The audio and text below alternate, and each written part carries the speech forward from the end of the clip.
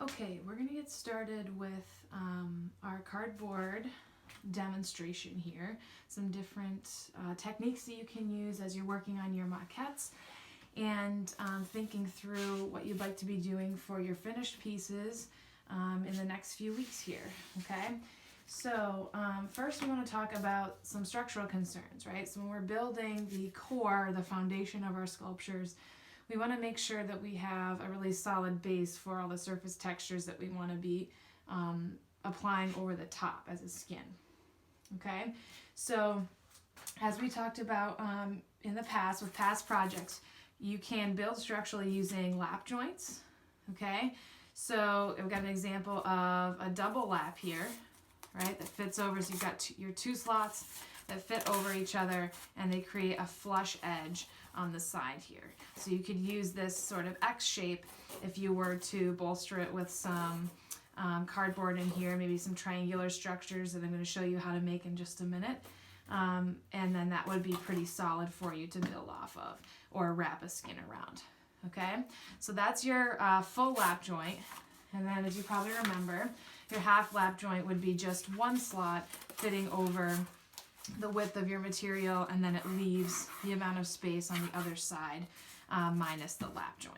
Okay, so that's some options. Those are some options for you for building structurally. You've got your lap, your full lap, your half lap, okay? And then I want to talk really quickly about making some cardboard beams, okay? So when we build with structural integrity in mind, we want to always use the triangle, okay? The triangle is going to be our most structural form, our most structural shape that we can make, okay? So when making a triangle, we've got 3 sides on our form, but we actually want to have 4 sides on our planer material that we start with, okay? So this I'm just using a prefab box that's been already folded for me into 4, okay? And then I'll double up on the one side to create my triangle, okay? The reason we don't want to build structurally with a rectangular piece is even if it's closed at the end like this one is, it's very squishy and it's not going to be very structural. So if you would like the outer skin or the outer form to be a rectangular prism, what I would suggest is building some triangular pieces on the inside that fit within the parameters of your rectangular prism so that when you push on your triangle, there's not going to give on you. Okay, so it's nice and structural. Because we're going to be adding texture and skins over the top of these for a lot of us, what we want to make sure is that our basic structure is really, really strong so that when we add water or we add adhesive, that the structure itself doesn't sort of crumple or fold on us. Okay, so just go through really quickly making a triangle for you. So again, this one was prefab, right? Just folded, found triangle. So what I'll do is I'll create 4 faces, right? And then I'll take my glue gun. You can also use adhesive or tape, whatever you have around is fine. Apply on the face of that. And I'll just hold them together until the glue dries. And it'll be pretty structural for me, okay? So that one's not going to squish. This one again, right, it's going to squish right down, even with the ends tucked in and glued. So again, just put your triangle right inside there, make it to the size to go inside your rectangular prism, and that'll make it nice and strong for you, okay? So let's make a rectangular beam really quickly just so you can see the steps of that. So if I want to create a rectangular beam, rectangular prism, I've got 4 sides, right?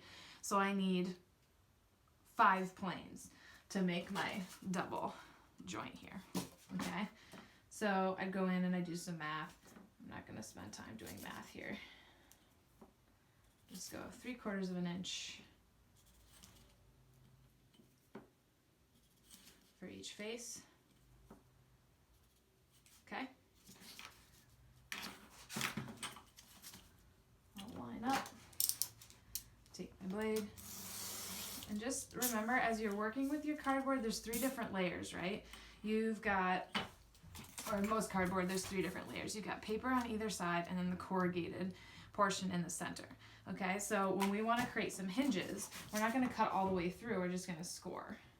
So you line up, and you're only going to cut through the top layer. So if your cardboard like mine is pretty thin, you're going to want to go really lightly, okay? And it'll score for you.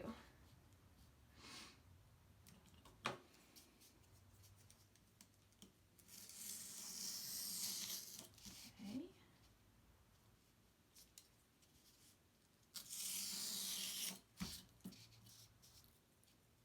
If this was for a finished piece, I'd be doing a lot of meticulous measuring. But because I'm just playing around right now, showing you guys some different techniques, you don't have to be too careful. So then I'll just overlap, right? And it is important that your pieces are the same size here, right? So if I put it this way, see how it kind of turns into a little bit of a trapezoidal structure? And then if I switch it to the way where it lines up as I've measured, it becomes that nice square, okay? So you just want to make sure that you're gluing the right side together. Squiggle of hot glue. And again, you don't have to use hot glue if you don't have it around.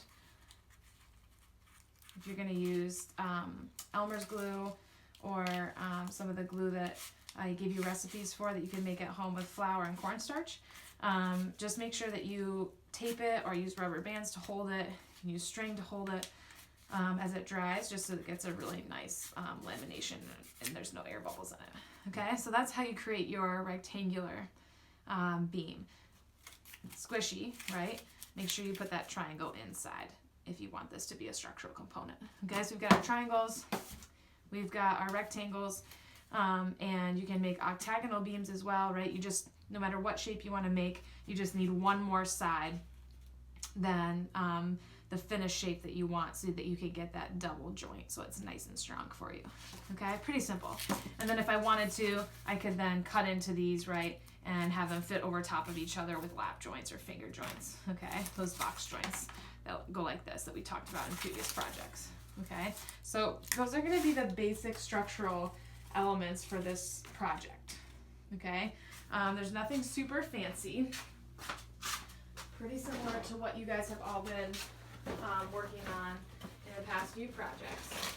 But when you layer up the different lap joints, you can create a pretty interesting shape, pretty interesting structure that layers up and adds some dimension and form to your work.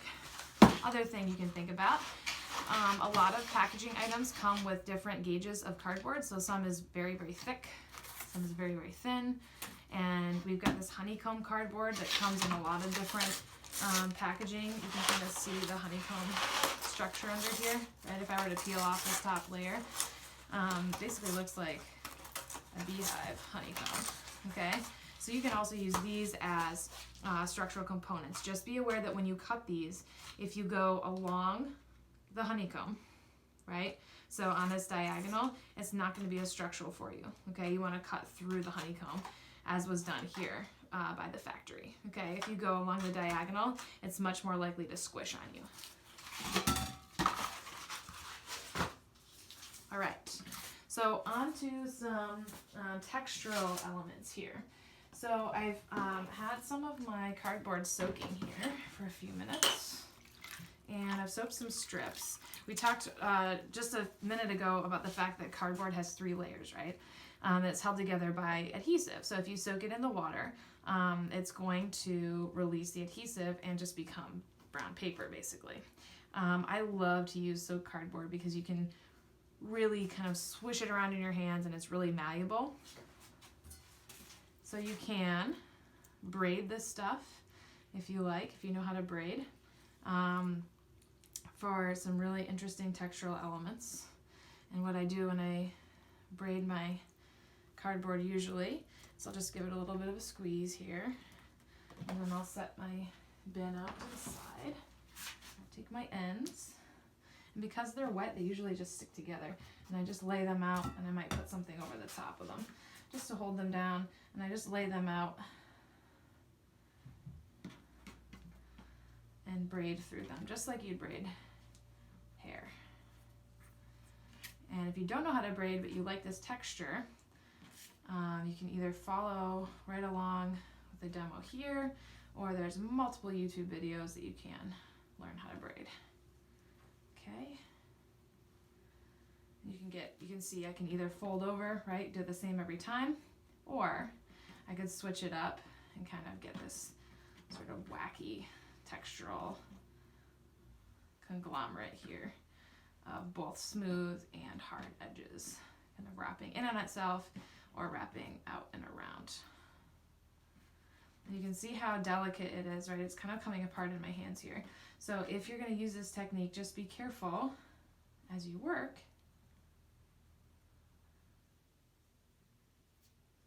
Be gentle if you want to retain your strips, okay? So when this dries, it will dry a little bit more solid for me, but it's only ever going to be kind of the solidness of our cardboard minus our adhesive, right? Because the adhesive dissolved in the water. So if I wanted this to be a little bit more robust after it dries, I could paint it with some of my PVA Titebond wood glue. This is going to be a little bit yellow, so just know that. Okay, you can kind of see on the top of the bottle, right? Or methyl cellulose, okay? So I know a lot of you don't have these with you, but what you can do is either head out to Michael's or head out to the grocery store and grab some flour and make that flour water recipe that I sent you guys. And that's just going to be a paper mache sort of glue for you. So that will leave a bit of a residue, but it might end up adding some nice textural elements. You can also tint it brown with food coloring if you like, or if you have ink at home, you can tint it a little bit to make sure that it matches your cardboard. Okay, so that's an option for you. Another option is, I'm going back to my water bath over here. Okay, what you can do is you can end up twisting your cardboard, and you can actually make some pretty gorgeous rope. And again, it's very, very delicate, so you want to be careful. And I just like to work on a surface here, back and forth between twisting, lifting, and just kind of placing it down on my surface, okay? So this is a pretty painstaking process, but the result is worth it. Another way you can do this and get a similar result is to use a dry piece of cardboard and then wrap around, so you have a little bit more structural integrity here with your dry piece. And obviously though, once the water soaks in, it's going to be a little bit more pliable for you. So I could keep wrapping, keep going around here, and then I'd end up with something that looks more similar to tree bark or some sort of wrapped texture here, more of a collage texture. And the other nice thing that you might start to notice about your cardboard is the layers are different colors. And so we're not going to add color necessarily to our projects. We're only using found color here, but you can be aware of all these really nuanced color changes as you work. Okay, and I can be as messy or as clean as I want. Okay, so as we've been talking about for the semester so far, we just want to make sure that everything we do is with intention. Okay, so if you're being messy, be messy on purpose. Don't be messy by default, okay? If you're being super clean, then make sure all of your lines are super, super clean, okay? So once I have these kind of rope-like structures, if you know how to knit or crochet, basically you can take, I'm doing a crochet needle here. Basically you can take your crochet needle and go back in and start your crochet, okay? So you can easily crochet cardboard, right? As long as, and this stuff looks like it's just a little too thin, as long as it's robust enough. So this is breaking on me, right? So we might want to go back in and use some thicker cardboard. So there's some textural elements for you that you can employ on the surface. A couple more. Let me just wipe my surface off here. Water. A couple more textural elements or surface textures that you can experiment with are these sort of relief carvings into the top surface of the paper. Okay, so as before we said, there's 3 different layers, right? So what I've done in these textural pieces here is I've gone through and I've kind of scored the top layer just really, really lightly. You can kind of see my knife jumping over the corrugations, and that's totally normal. You just don't want to cut through them, okay? Because if you cut through those corrugations, what's going to happen is the whole second layer is going to start to peel off, and then you'll lose that beautiful textural element on the inside, okay? So I've kind of gone through here and scored already. You'll have to be careful near the edge, right? Because we don't want to peel up the center layer here. So just take the top layer and peel it away. You can kind of see, this is an interesting texture too, right? When it feathers and leaves a little bit of that top layer. But if I don't like that, I'm just going to take my blade, scrape really, really lightly. You can also use sandpaper if you have access to it. And just take those feathers away, and then I'll go back in. So here I'm just deciding that I might go every other one. You certainly don't have to. You can also crisscross. So as you see in the kind of the Venn diagram one that I did earlier to show you guys, you can kind of see that you can go every other, or you can kind of cross your image.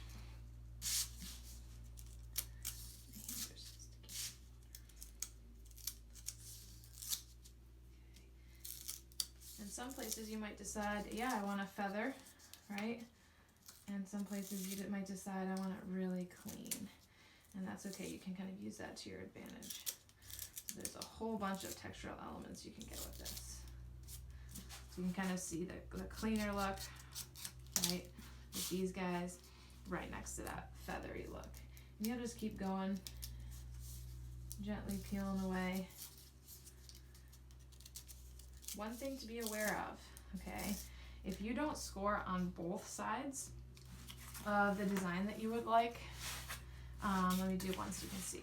So if I only score part of the way on one, right, I didn't go all the way, and then all the way on another, and I start ripping this, right, and I get to the point where I haven't gone all the way through. Might take me a while if I start back there.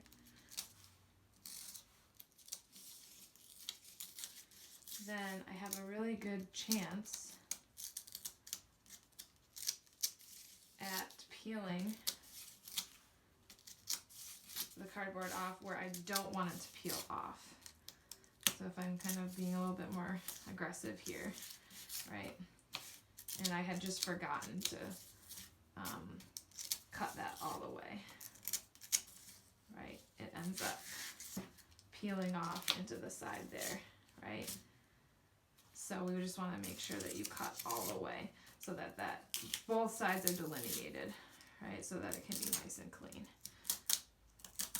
Make sense? Okay.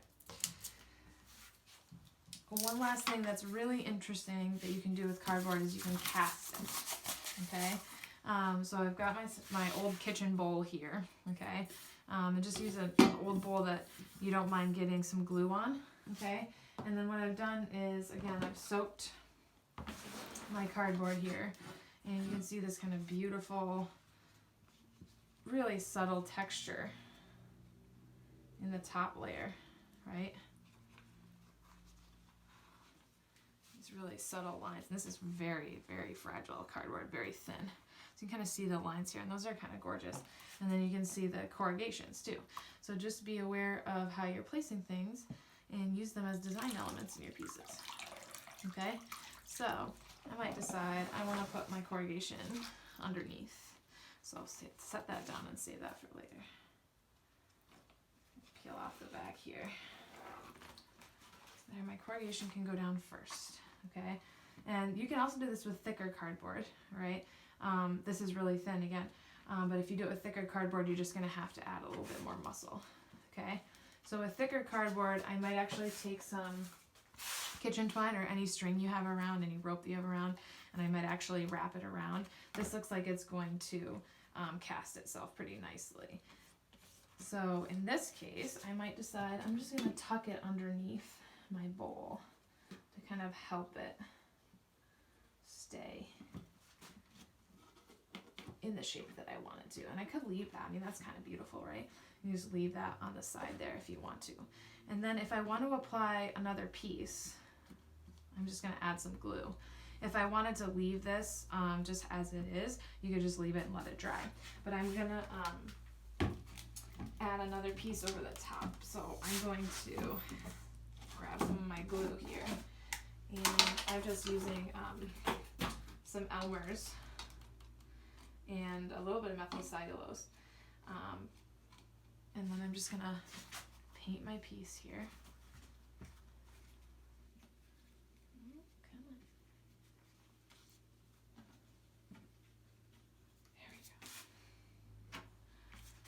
The bottom of my piece here. This is basically that same lamination technique that I showed you guys with your balsa wood, but it's just with paper. And you can, again, you can use any glue you want. So just barely, and then I'm going to use that rip to my advantage because it's kind of lovely.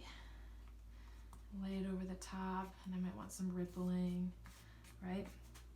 And anywhere I fold it over, if I want it to stick, I just need to make sure that I put some of my glue on there. Okay?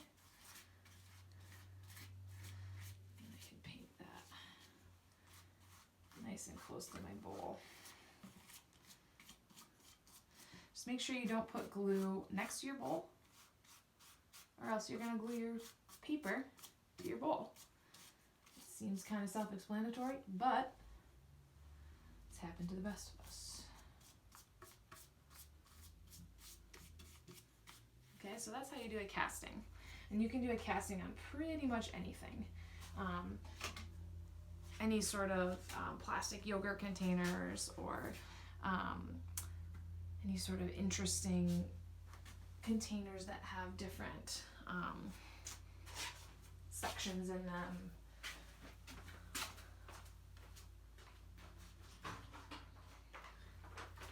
Like if you've got an art bin or something like this and you wanted to cast into all these different sections, that would be perfect. Just make sure, again, you don't put any glue on the bottom part so you can lift it right out. That cardboard is gonna shrink just a little bit when it dries, and so you might have to wrestle with it. So something that's a little bit flexible, that just gives a little bit when you're trying to take the casting off, is helpful. With something like this bowl, it's just gonna come right off the top. So it doesn't really matter if it's flexible or not, because I don't wanna, I'm just gonna slice this. Once it's dry, I'm gonna slice this with my knife because I don't want that folded under part anyway, okay? Other than that, I think you guys should be good to go for a little bit while with your maquettes. Please be using the same techniques in your maquettes that you'd like to be employing in your finished pieces, and shoot me emails. Let me know if I can help you in any way. If you want to send me photographs, that's great, and I can answer questions that way. I can also do a couple more demonstration videos of specific techniques if you guys are interested in anything outside of what you've seen here. Okay, I'm also attaching a couple links to some videos on cardboard techniques and cardboard sculpture. They're really quick videos. Look through them, watch them, and hopefully they'll answer some of the questions you have too.